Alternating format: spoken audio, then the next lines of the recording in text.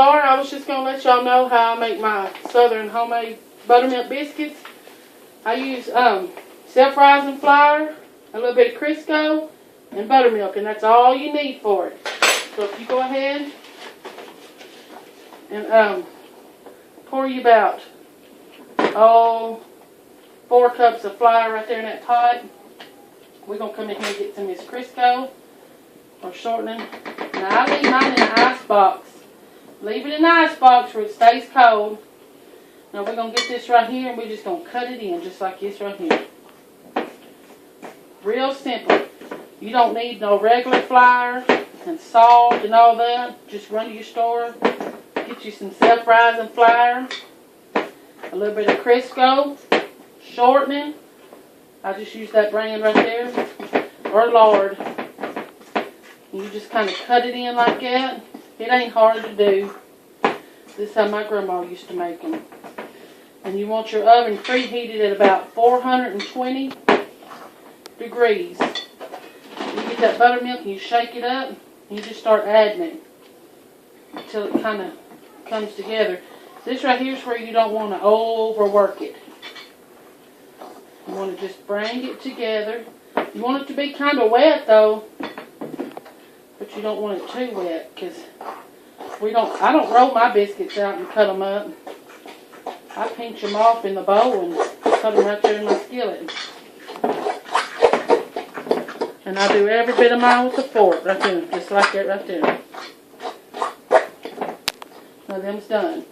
Now, you come right here, get you an iron skillet. Rub your little shortening around on the inside of it. Just to kind of, now here's what I'm going to do. I'm going to just take this right here and open this bag up here. I'm almost out. So, that's done. And I just kind of sprinkle a little bit on top right there. I need my, and I just kind of, right there in my hands like that. If it sticks, just throw a little more flour. And you just form them out. My hands are kind of sticky. You just form them out like that right there. Put them in that bowl. Sprinkle a little more flour. Come in there and cut you another one. They're real easy to make. And they're really good. I like mine with a little bit of Mayhaw jelly or some Blackburns jelly.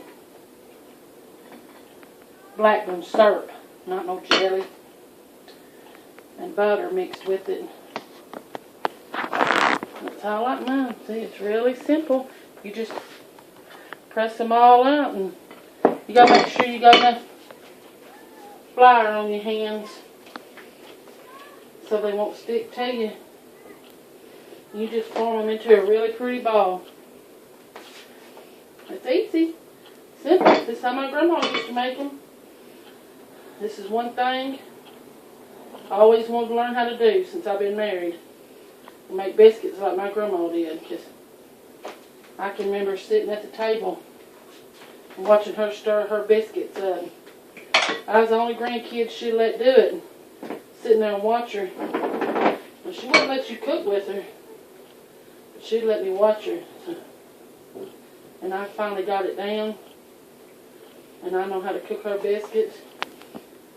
So when we go somewhere and we have breakfast somewhere, I'm the one that makes the buttermilk biscuits. And you just kind of push them down with your knuckle hair. And you don't want them being sticky.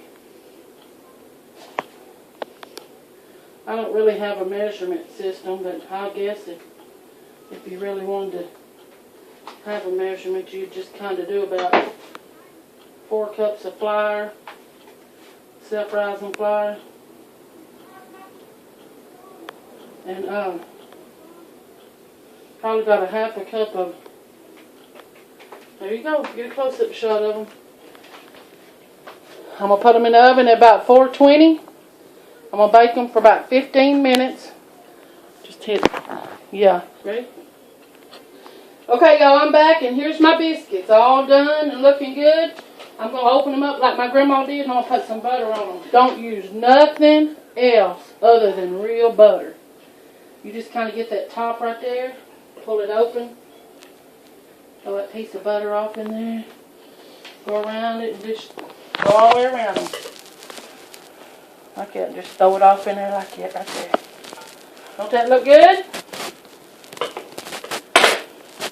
My camera wanted to say, yep, sure does look good. My daughter likes the middle biscuit. It's hers. Everybody knows who that belongs to. Look at that.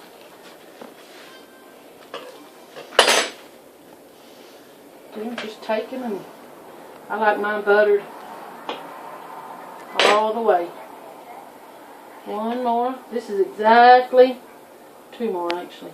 This is just how my grandma did them. And they turn out perfect every time. So there they are. We're going to have them with some blackburn syrup, some butter mixed in. I got a frittata, a bacon and potato frittata cooked. Some Mayhaw jelly too to go with it. We'll see y'all later.